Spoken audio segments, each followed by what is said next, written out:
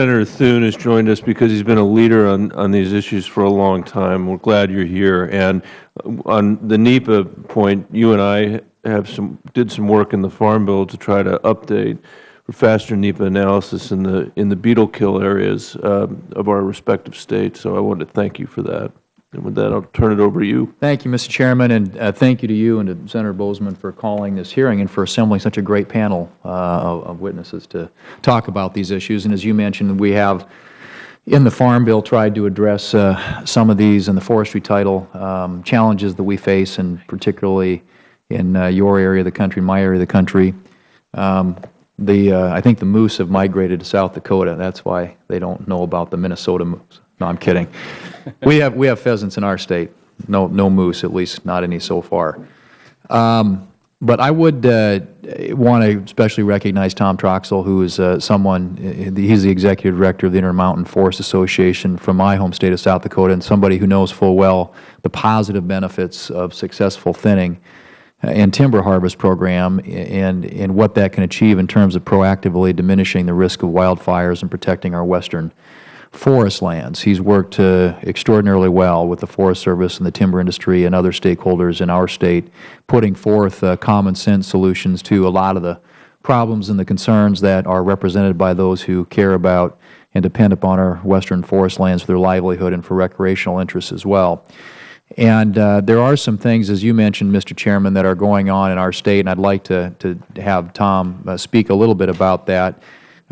We've obviously got tight budget constraints that we're dealing with now, which has been a challenge, and I appreciate the suggestions about how to, in new and creative ways, fund some of these issues that we face in the forest. But we've been able to, in the state of South Dakota, to combat the growing threat of the mountain pine beetle in an innovative way. And like many of the forests in the Rocky Mountain region, the Black Hills is experiencing this epidemic. It's not on the level that you're experiencing in Colorado yet. But I think one of the reasons for that is due to the innovative way in which the various stakeholders and the Forest Service have worked together to address the issue. And they developed this mountain pine beetle response project, which was able to complete an environmental review of the most critical areas in the entire Black Hills National Forest, allowing the Forest Service the flexibility to quickly treat areas under the threat of the mountain pine beetle.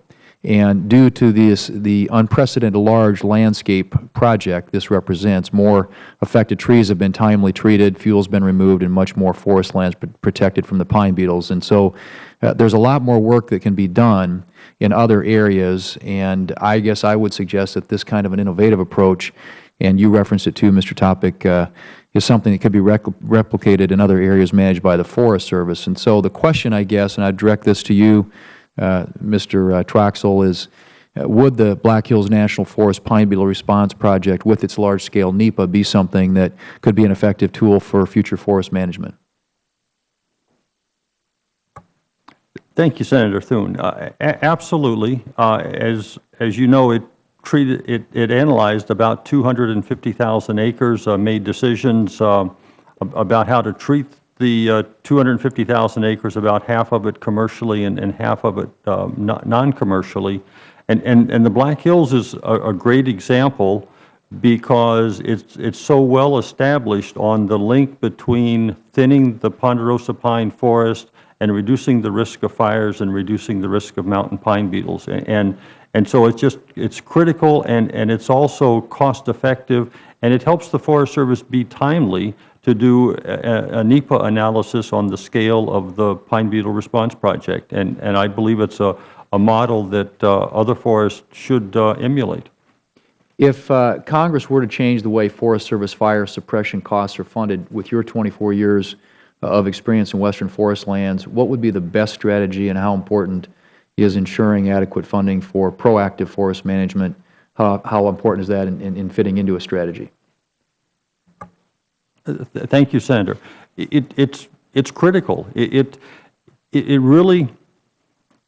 doesn't make sense to just fix the funding piece without trying to incorporate a package of proactive forest management steps so that we have a chance to get ahead of the fire problems that we have. You know, it's like preventive medicine, it's cost-effective, it's good for the patient, the same thing. We've heard today from several witnesses, and Mr. Hubbard talked about the proven cost-effectiveness of preventive measures. So that absolutely needs to be part of it, but there's just not enough money to pay for proactive forest management without doing some reform of the underlying laws. And I've got some references in my testimony about changes to NEPA and the Endangered Species Act and litigation that I think would also be helpful components. And I would ask, anybody can react to this, but what would you all think of the concept of using funds that are targeted for, and I've got a bill actually that would do this, for future Forest Service acquisitions, that be redirected to forest operations and maintenance on existing Forest Service lands?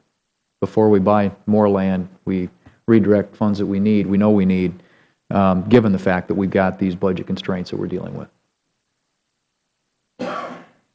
I'll take a shot. I think it's obvious that the priority for the Forest Service needs to be taking care of the lands they own, and acquiring additional lands would be a lower priority, at least for some period into the future.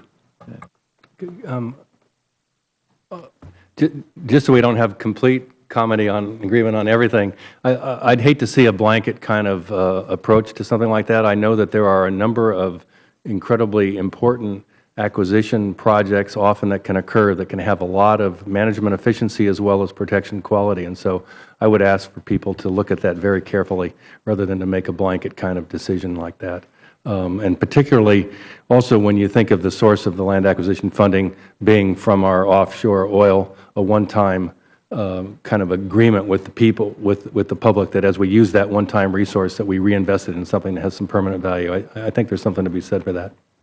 Senator, if I might, and I certainly speak only for myself when I give this observation, but I think it's important to be able to take care of what you have before you add on, or when you add on, you need to make sure you can take care of that new acquisition. At the same time, I think one of the issues is that with the Forest Service, forest fire suppression isn't treated like an emergency that's replenished.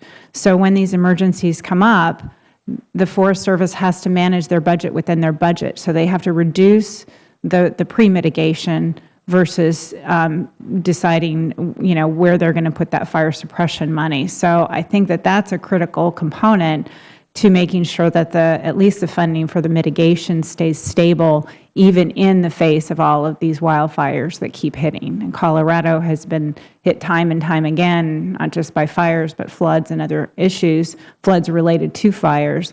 But I think that that's a critical component, that fire suppression has to be also looked at as an emergency so that it doesn't do harm to what we're trying to prevent. Okay, appreciate that. Yeah, your area's been the front line of that. So I guess my time is well expired, Mr. Chairman. I think that's okay. I've probably exhausted that line of questioning, but